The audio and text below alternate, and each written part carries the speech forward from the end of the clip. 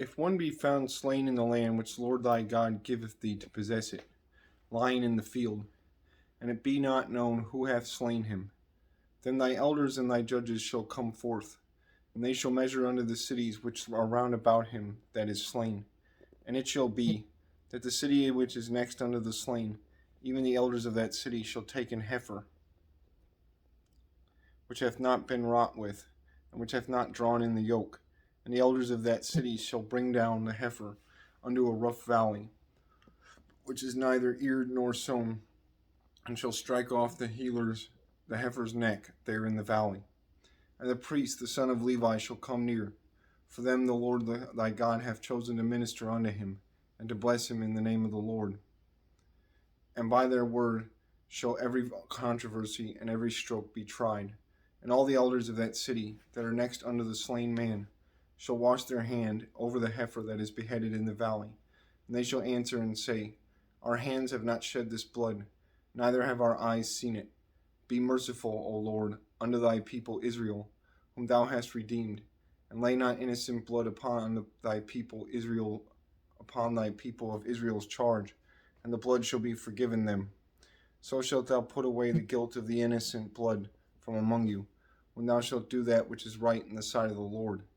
When thou goest forth to war against thine enemies, and the Lord thy God hath delivered them into thine hands, and thou hast taken them captive, and seest among the captives a beautiful woman, and hast a desire unto her, that thou wouldest have her to thy wife, then thou shalt bring her home to thine house, and she shall shave her head and pare her nails, and she shall put the raiment of her captivity from off her, and shall remain in thine house, and bewail her father and her mother a full month.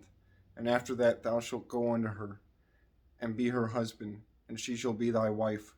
And it shall be, if thou have no delight in her, then thou shalt let her go whither she will. But thou shalt not sell her at all for money. Thou shalt not make her merchandise of her, because thou hast humbled her.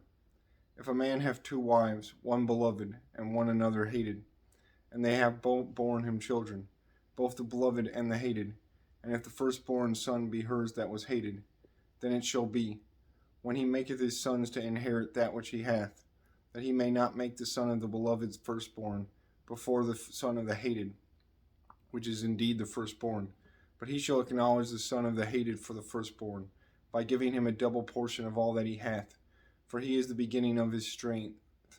The right of the firstborn is his.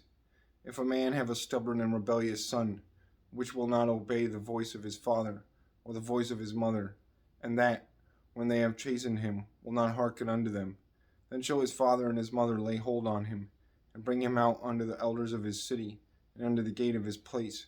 And they shall say unto the elders of the city, This our son is stubborn and rebellious.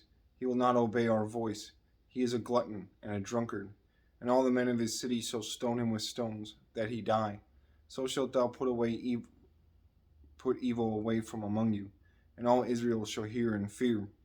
And if a man have committed a sin worthy of death, and he be to be put to death, and thou hang him on the tree, his body shall not remain all night upon the tree, but thou shalt in any wise bury him that day.